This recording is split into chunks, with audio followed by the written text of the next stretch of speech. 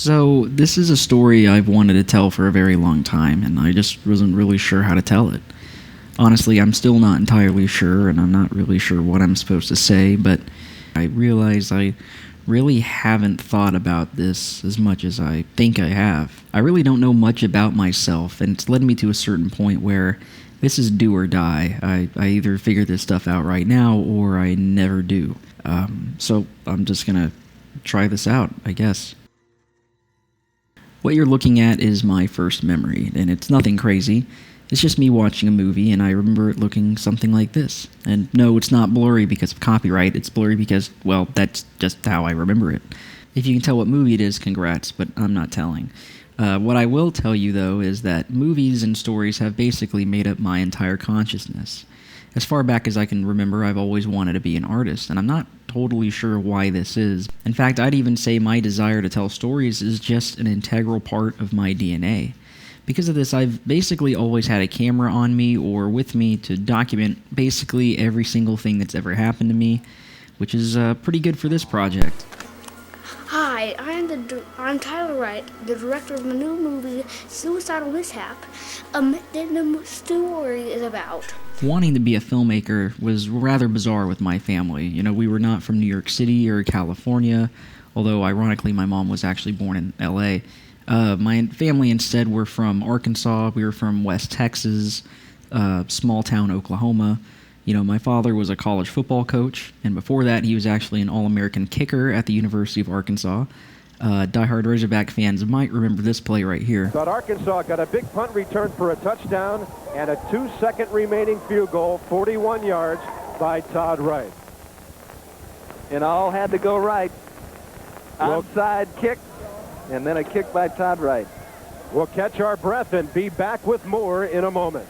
People in my bloodline had picked up law books or scalpels and stethoscopes, or in a lot of cases they picked up needles and spoons and some pretty hefty prison sentences. In fact, you know, my great-grandpa actually picked up a gun and murdered somebody, but more on that later. The point is, nobody in my bloodline had ever even thought of picking up a camera, and I was kind of the first to do it.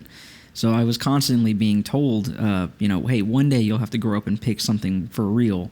And I was most often pushed to be a lawyer or an engineer or a journalist, but my decision to be a filmmaker was set in stone really even before I recall making any sort of decision. I got my first camera when I was 7, and that was one of the best days of my life. I mean, I just took that thing everywhere, and I still kind of do, no matter what camera it is. At first, most of my movies starred toys instead of real actors because it was just far easier to get along with inanimate objects than it was other people. I realized I deleted a lot of my movies starring people because I just didn't really like directing as much as I thought I would. I really liked telling stories, but when I came to telling actors, hey, can you do this, I really didn't like that they would kind of push back and suggest other things, and it would just make me not want to work with people at all. And I realized from a young age I really liked my creative control over basically any project, even if it was something stupid like Trimmer 7. My parents were disappointed I never showed any interest in sports, and honestly I think it's just because we lived in Houston and it was way too hot, and I just hated being outside. I was never really a good student, and my lifelong education experience can really be described as such, and this goes all the way back from pre-K all the way to grad school, honestly. But no matter where I was, how old I was, I had teachers who absolutely loathed me, and trust me, I loathed them straight back. I remember on 2 different occasions I had 2 separate teachers, a 1st grade teacher and an 8th grade teacher, who both suggested I be tested for low-functioning autism, and it was because I just refused to do their work, and I just had no energy to really be in their class because I just always felt like disrespected by them, and I didn't know how to handle that sort of thing. I think they were both just kind of mean, old-school teachers, and I hated it. I hated being in their classes. But then at the same time, I would have that one teacher, usually an English teacher or a history teacher, that I just clicked with from day one. And they were like one of my best friends, you know what I mean? Like, and I was a straight A student. I really felt like I learned a lot from those teachers. And so it was very weird that I would be the first person to get to class, and I would sit in the front of class and ask all these questions in one class, and then I'd get to the next class and be the kid who sits on his back with his feet up on his desk, just turning in blank tests because he just doesn't want to take them. And I never understood why that was, and I think no one did. It was always a big source of confusion with my family. And socially, I experienced the same level of instability. It always seemed like at the start of the year, I would start off on a good note, and I'd make a lot of friends, and I would feel liked by most of my teachers and most of my peers. And on a few select years, I actually kind of felt like a cool kid. Like I felt like I was one of the popular kids sometimes.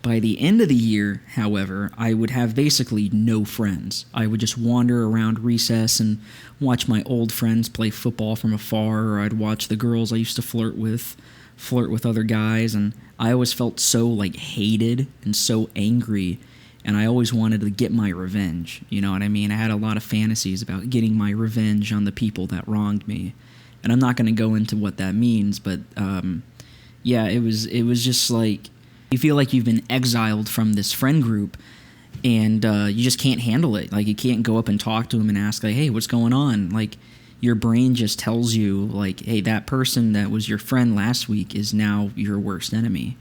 And I severed a lot of friendships like that. It was a routine thing. And I had no idea that these thoughts were even halfway bizarre to have, But what was interesting is that summer would come, and summer would erase most of that pain that I had at the end of the school year, and I'd re-enter the next year happy and ready to make friends again. And most of the time, I was successful in doing so, and I'd even rekindled my old friendships that I'd severed the year before.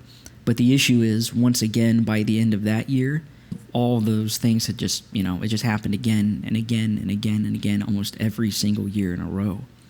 To be fair, I actually did end up playing high school football, if that makes my parents feel a little better. I lettered in varsity as a backup outside linebacker, just not a starter, and I even got recruited to play college football at a school called OPSU, Oklahoma Panhandle State. I think they're NAIA. But anyone on my team would tell you that I was definitely pretty bad. Hey Tyler, what does it feel like to not be good at football? Well, I know that my life will go on after my senior year. Instead, I put all my attention and energy into music, and I played bass in a lot of different bands ranging from indie pop to Midwest emo and a few different metal bands. The band that you're seeing in particular right now is a band that I gravitated to quite a lot, which is ironic because this was by far the worst band I was ever in.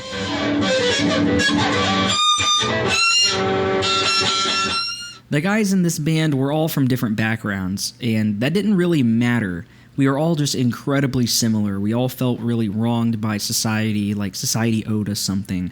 We all had the same delusions of grandeur. We all had the same paranoia, the same issues with society, the same mass depression, and the same internal darkness.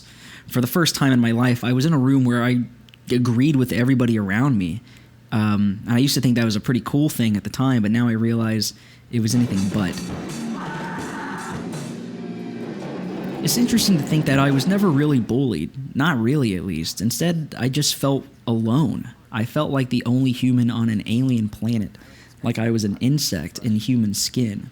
In high school, this idea that everyone around me was falling in love, finding boyfriends and girlfriends, but not me, it just devastated me. And I assumed that because I couldn't get a girlfriend, it was because I was ugly, it was because I was short, I had braces, because brown eyes were the trend that week and I had blue eyes. Basically anything, any excuse, you know what I mean? It's like obviously probably not any of those reasons, but I just had no awareness at the time.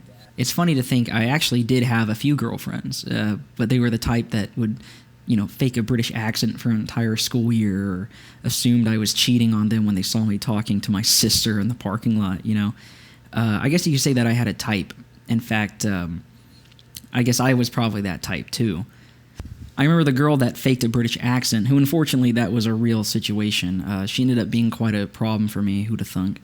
But I didn't have that sort of awareness at the time to recognize that she wasn't normal in the head, and neither was I. I had constant nightmares about people chasing me. I had to, take someone's life in self-defense, and I eventually had nightmares where I killed without reason, like I was Michael Myers, and those were the worst ones. I just started getting plagued by nightmares like that when I was in high school, and I was horrified by them. They weren't fun nightmares to have. It was like a premonition that this darkness was coming, and I would go to school very depressed, very angry, very scared, and I would come home and have that sort of dream again. It sucked. That's the best way to say is it just sucked.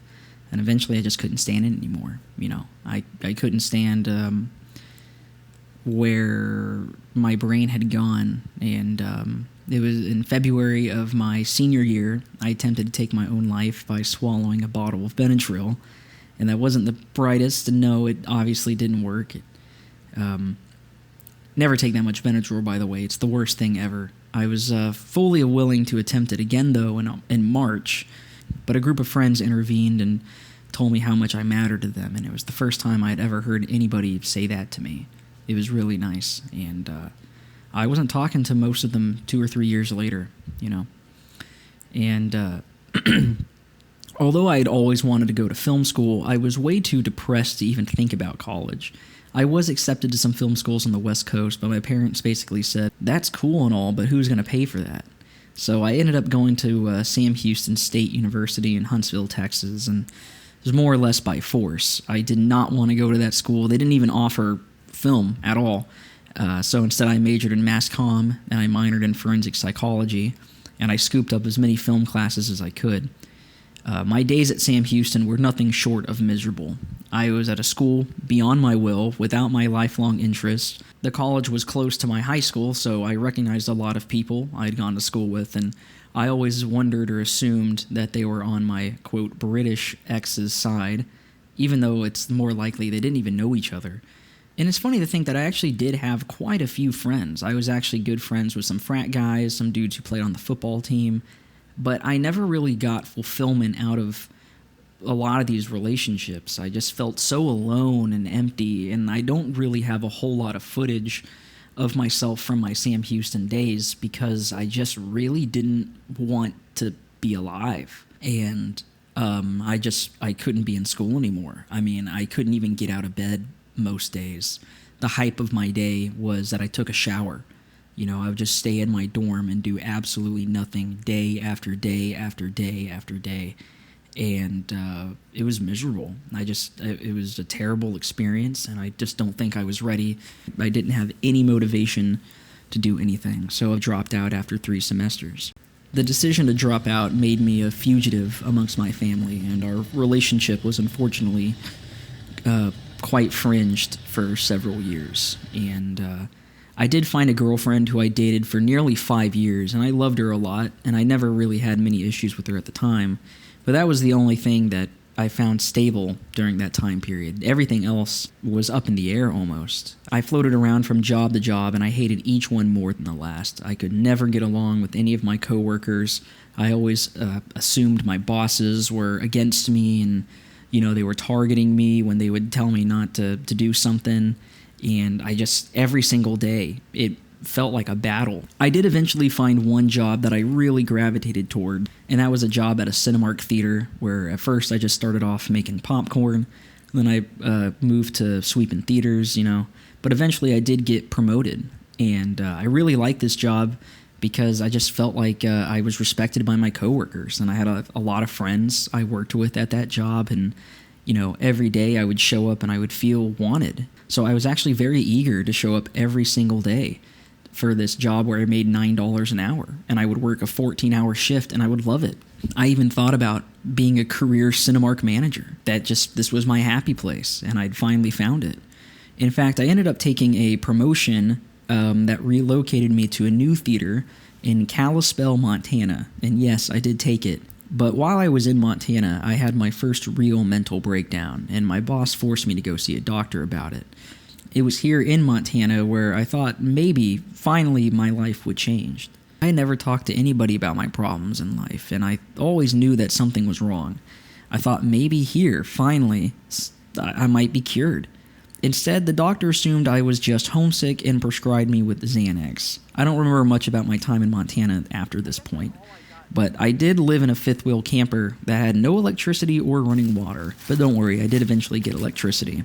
I was actually really damn good at living the camper lifestyle for some reason. Like, I straight up did not have a functioning toilet for 9 months. I just peed on a tree, and I loved it. I was really kind of happy here. But I think it was because I spent most of my time on Xanax, and yes, it did work. When I took it, I just kind of floated through life, not thinking about any of my former pain or suffering or any of the paranoia about my coworkers being out to get me. And after all, my doctor had prescribed it to me, so my doctor has to be right. Right? In case you're wondering, no, I did not end up eating anything last night. I did not end up drinking anything.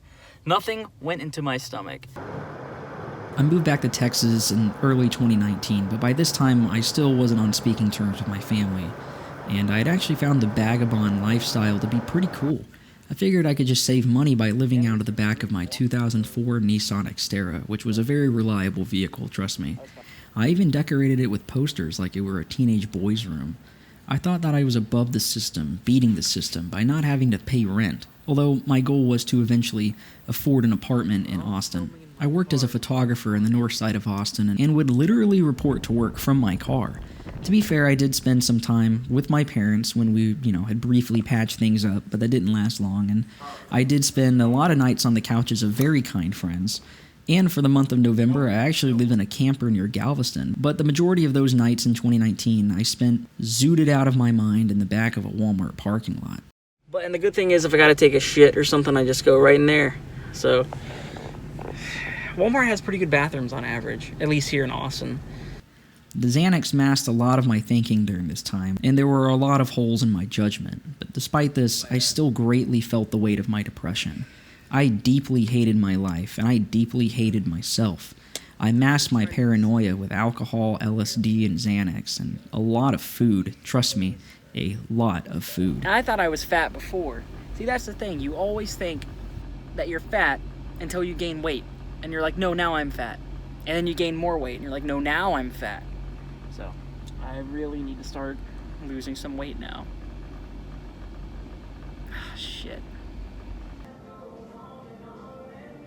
In early 2020, I got a call from an old buddy.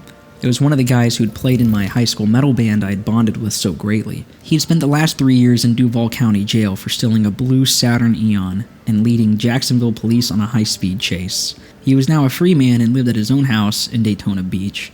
He heard I had been struggling and remembering the good old times, he reached out and asked if I wanted to stay with him. I simply couldn't say no.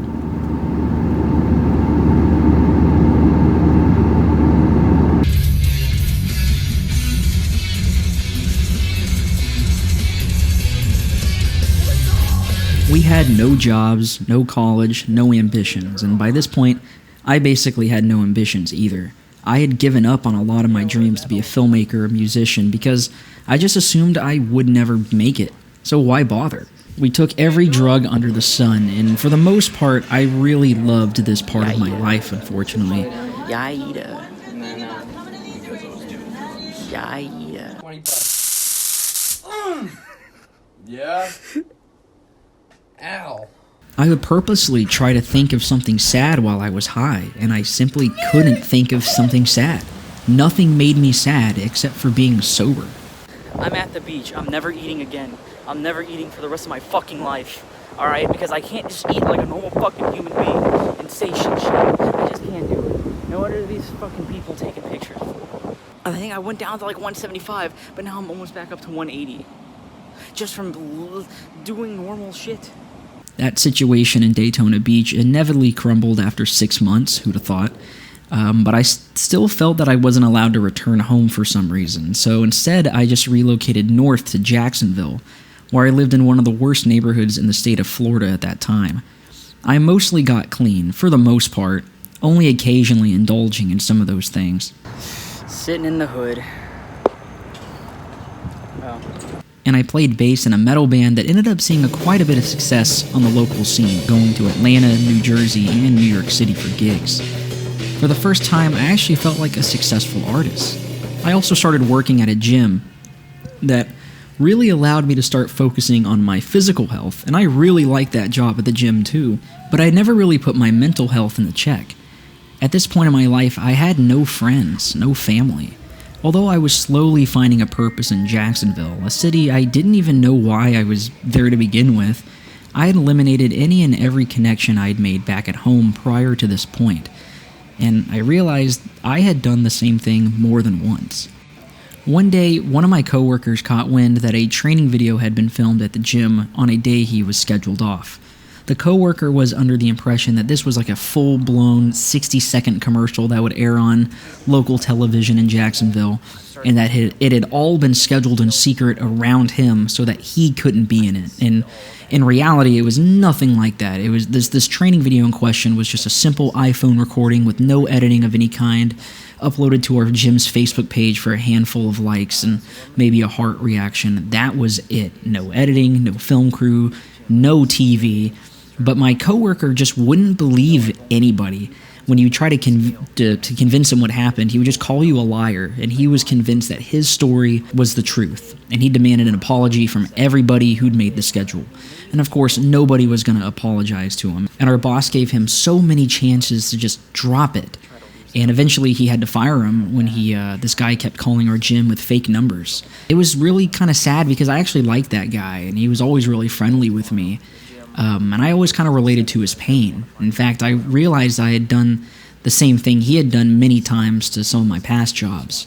You know, I had barged out of so many childhood friendships, and I always felt so hated at every job I worked at, and I always felt my bosses and my coworkers were conspiring against me, and watching my coworker freak out made me aware that this behavior was not normal, and it made me aware that it was not normal for me to do it either. And I asked myself a question I had never asked myself before. You know, what if I am actually the problem and not everyone else? Fuck, I can't even fucking talk. Who gives a fuck? I eat like a normal person. Whenever people say, hey, come eat, why aren't you eating? And if I go, fine, I'll eat. This is what happens. That October, for the first time in my life, I spoke with a mental health professional, and they diagnosed me with a condition called borderline personality disorder. I had never heard of BPD. In fact, I was actually pretty frustrated that I had never heard of it, but for the first time in my life, everything just sort of made sense to me. You know, all the pain and the paranoia I had gone through, and all the confusion and the depression I lived with every day. Everything I've done, whether good or bad, it finally made sense. It was like the sun just sort of came out that day, and I wasn't afraid to interact with people anymore. I wasn't afraid of their judgment. I wasn't afraid of what people might think of me.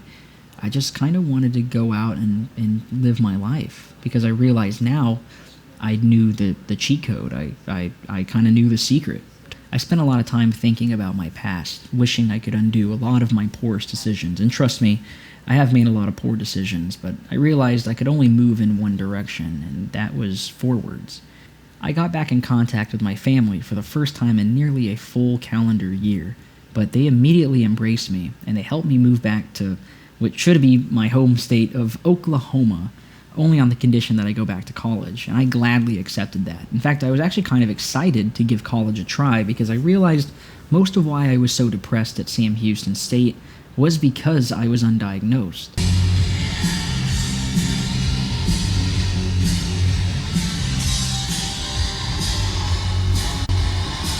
Most people would never want to live in Oklahoma, but Oklahoma was calm and it was quiet, and it allowed me to reflect on my life while also pushing forward at my own pace. And considering where I'd lived in the past, I would take just about anywhere. Oklahoma was a welcome change in scenery. I got completely sober. I rarely drank at all. I was the manager of a Panera Bread. I wasn't very good at it. I even formed a band and started playing local shows, playing several in 2022 and 2023. I was even a vegan, but life was already starting to look really good for me, and I hadn't even started college yet. After fixing my GPA at a local community college, I was accepted into the prestigious Oklahoma City University, which definitely worth bragging rights if you live in Oklahoma. Outside of Oklahoma, you've probably never heard of it, and that's a shame because trust me when I say there's nowhere else in the world I would have wanted to go to get my bachelor's. For the first time in my life, I felt like I was in control of my destiny. I majored in film production and I minored in world history. I was involved in student government, I was an editor for the school newspaper, and I had tons of friends. In fact, sometimes I felt really popular. It's true that I partied quite a lot, but to be completely honest with you, I was also a pretty good student. I was on the dean's list my first 3 semesters at OCU. I loved sitting in the front of class and asking a lot of questions. I loved following my professors around. I loved college. I loved being alive. I didn't even think the BPD diagnosis even mattered anymore. It felt like I was happy. I was cured. Unfortunately, I was devastated to find out that I was not cured. In fact, I was far from it. Before I get into that, though, I wanted to make a note that to complete my film school degree, I had to make a capstone short film. Mine was called Behind Closed Doors, and it was my first real shot at filmmaking. The movie is pretty thin on the story, but deep down, I really just wanted to make a BPD simulator, a film about the paranoia, the fear, the crippling depression, and the sheer confusion those with BPD live with. Unfortunately, I didn't really know what I was doing at the time. I had known, had I known that this is kind of the story I wanted to tell, I could have easily retrofit it into being more of a PSA or a simulation. Nonetheless, the film was really well received by my peers, and for a while I was quite egotistical about it. However, my professors did not like it. They gave me a B-. In fact, it was a 79.9 that they graciously rounded up to an 80 flat. They said it was too confusing, that it was all too ambiguous without any payoff, a bunch of symbolism that didn't really amount to anything, and they wondered if I even knew what my intentions were with the film. Looking back, I realized they were exactly right. Like I said, the film is quite thin on story, but I wasn't really trying to tell a story. I was trying to convey what it was like to live with an undiagnosed mental illness. Had I argued this point in my capstone pitch, I might have gotten a better grade. It only made me more sad when my girlfriend's capstone film made a 98, one of the highest in school history. I began to think my professors just had something against me, and it deeply depressed me. I ignored any of the positive reception the film had, which looking back was most of the reception, and I instead treated Behind Closed Doors like a failure, briefly removing it from the internet and never speaking about it for quite some time.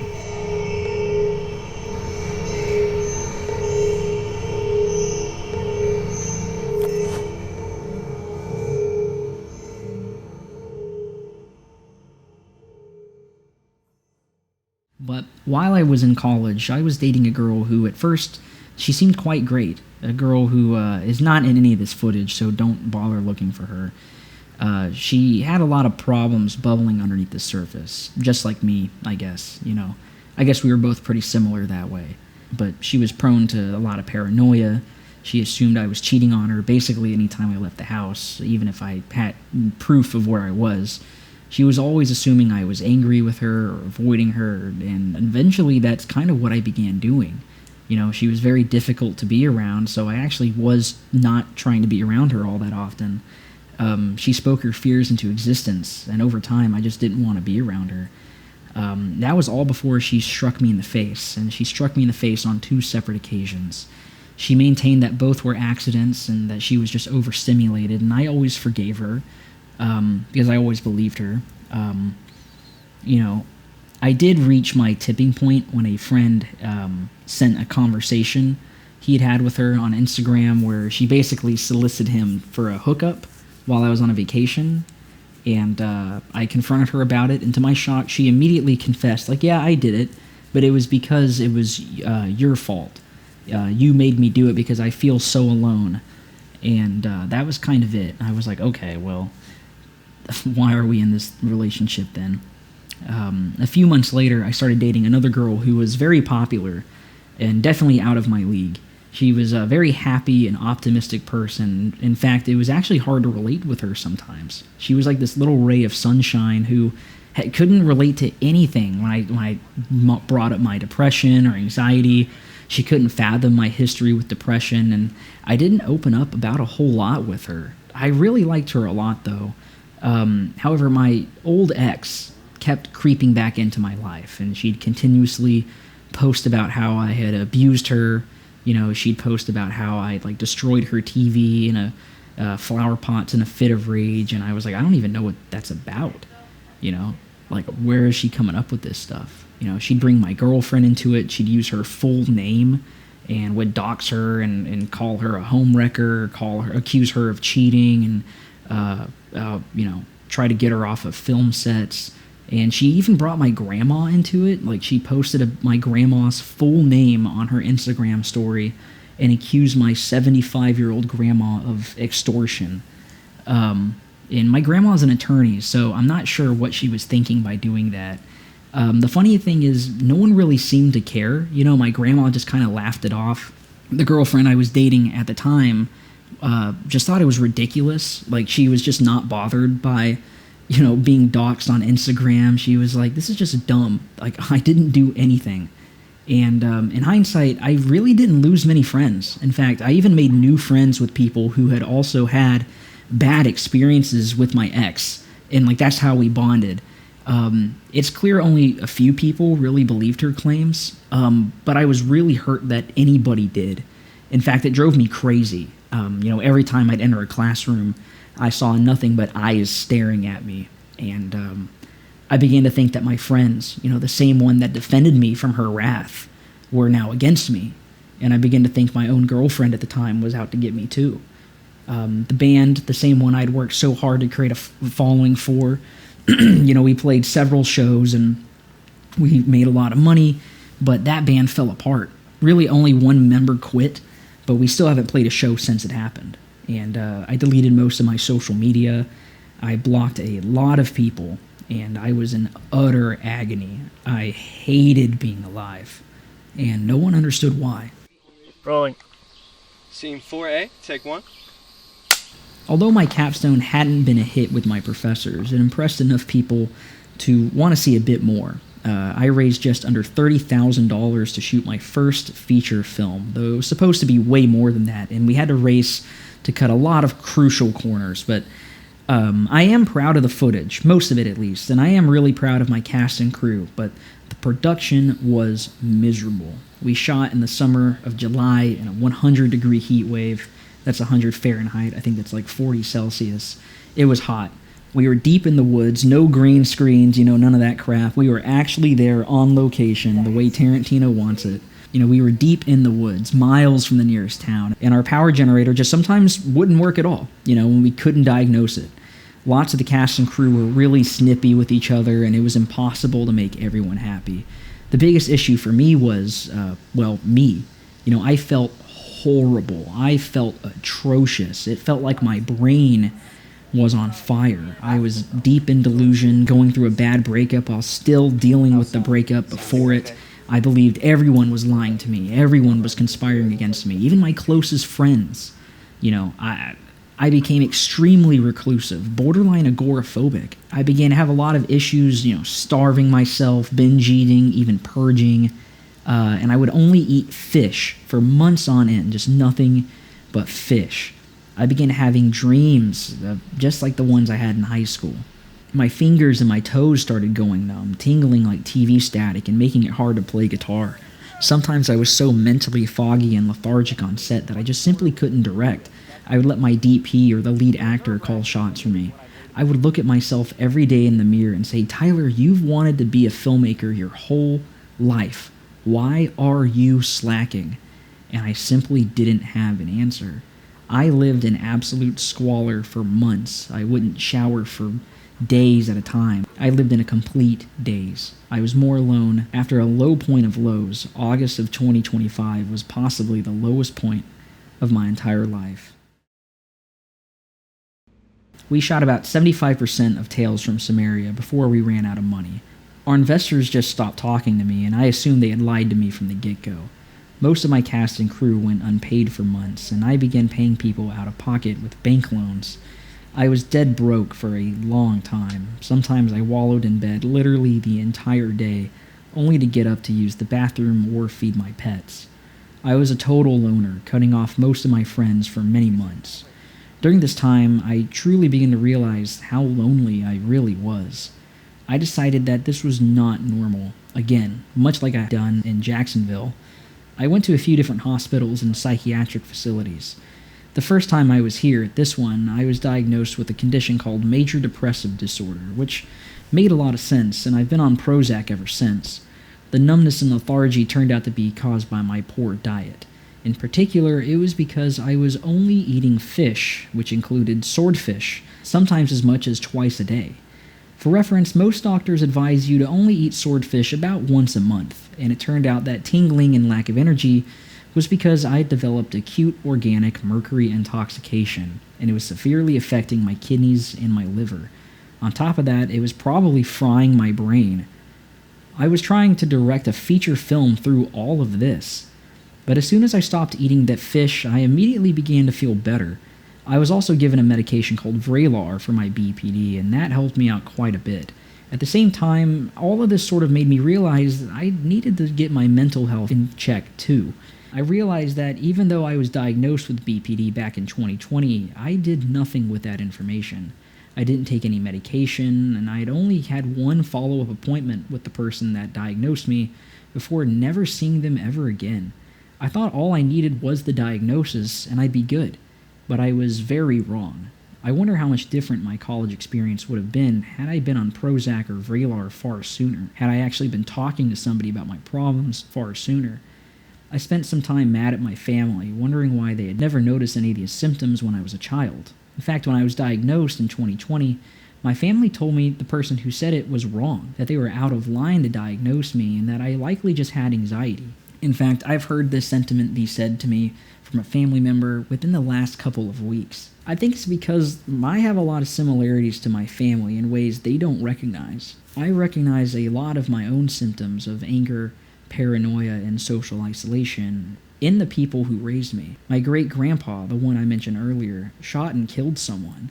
The victim was his wife, my great-grandma, but after some research I found out that his father, my great-great-grandfather, also killed his spouse. It reminded me a lot of the anger and desire to fulfill revenge towards those who wronged me, especially when I was a kid. That's why I'm not making any of my dark feelings a secret anymore, because keeping these feelings subdued, I could end up like some of my ancestors. I look back and see a lot of paranoia, a lot of self-loathing, in both them and in myself. BPD in general is often considered to be a genetic condition, and I also see a lot of symptoms in my family. I'm the first person in the history of my bloodline to even attempt to seek help, and I hope I'm not the only one to do it. There's a long line of depression, isolation, paranoia, and suicide in my immediate family.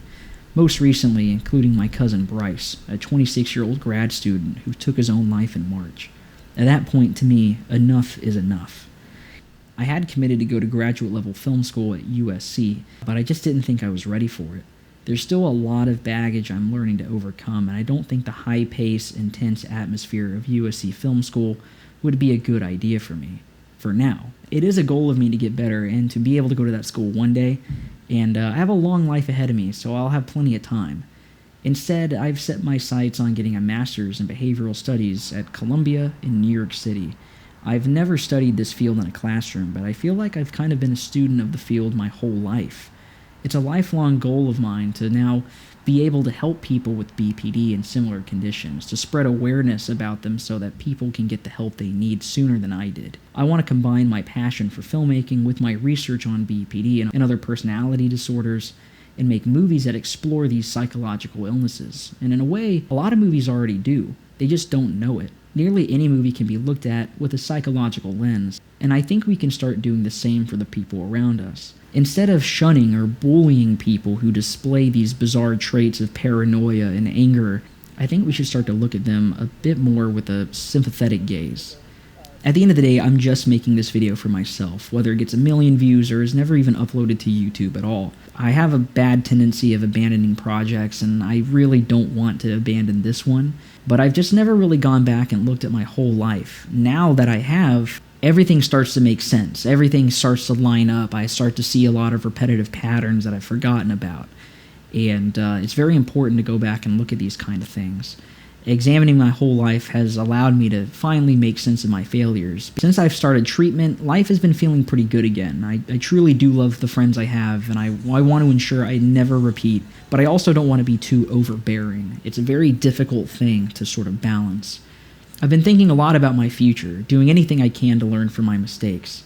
I've just been getting treatment and preparing for grad school. However, in treatment, I've developed a lot of clarity. I've realized I was wrong, a lot. I accused a lot of innocent people of being the villains, and I shut out a lot of people who genuinely wanted the best for me. At the time, I thought they wanted the worst for me. To be fair, I probably do deserve to be the villain in a few people's stories, and it sucks to say that a lot of my friends have mostly every right to take a long step away from me, and I don't really blame them anymore. I just don't want it to happen again. And many of my college friends were amongst the closest friends I ever had, and the fact that I lost most of them, and this, I do feel is kind of like a tremendous tragedy, you know? It's the sort of thing that makes you realize, like, you never want to hurt the people around you, and it motivates you to really change for the next people in your life. I've learned that I really do find peace in solitude. You know, that feeling of isolation is so enticing. I love being alone. I just don't like being lonely, and it's unrealistic for me to kind of expect friends to only be my friends on like a part-time basis, you know, and, you know, I can not talk to them for 2 years and then I just call them up one day and expect them to answer, you know. It doesn't work that way, and I was not aware that it does not work that way until recently. At the end of the day, I do battle a lot of feelings of BPD. I was also diagnosed with a condition called avoidant personality disorder. There are many different kinds of personality disorders, and many times people have overlapping conditions. I didn't name any of the people who had wronged me in my life, including my British ex, or the one who tried to torment me so when I was in college, but it's because I don't see them any better or worse than me. I think part of the reason why we connected in the first place so deeply is because our brains really aren't too far off from each other. In fact, I kind of relate more to my avoidant PD symptoms than I do my BPD symptoms. Some of the main symptoms that I would very readily describe, I have deep chronic feelings of loneliness, emptiness, or hopeless, and this is just a constant thing. I have extreme paranoid ideation. I call it the thing effect, because it's like a constant assumption that everyone or anyone around you may be lying to you, maybe faking what they're saying, or plotting against you in some sort of way. Your brain will tell you basically anyone is against you except for you, and it's very toxic. I have a strong desire, I'd say nearly a primal desire to self-isolate, which clashes with this equally strong desire to be surrounded by as many close friends as possible. It's like two south magnets being forced together and they just push apart, because you really want to have all these friends, but you also just want to go live in the woods, and you can't have those two things, you know? I deal with a lot of major depressive states. Like I quit jobs I just stopped showing up. I don't leave my house for weeks. I won't even get out of bed several days. My max adult weight was 218. My lowest adult weight was 129. I don't know what the European conversion is, but that's a big difference in your life. I have what's called black or white thinking, which is also called splitting. Everything is either best case or worst case scenario with very little room in the gray area. A lot of issues with self-identity, warped self-image. Examples include, like, I can't identify myself in certain pictures. I always feel fat or overweight, even when I'm 120 pounds. You know, if someone misses contact with me, like being left on red or sending an email that never gets response, I assume they must be purposely ignoring me. And it's because of something I said, something I did. I have a lot of uncontrollable anger and manic episodes.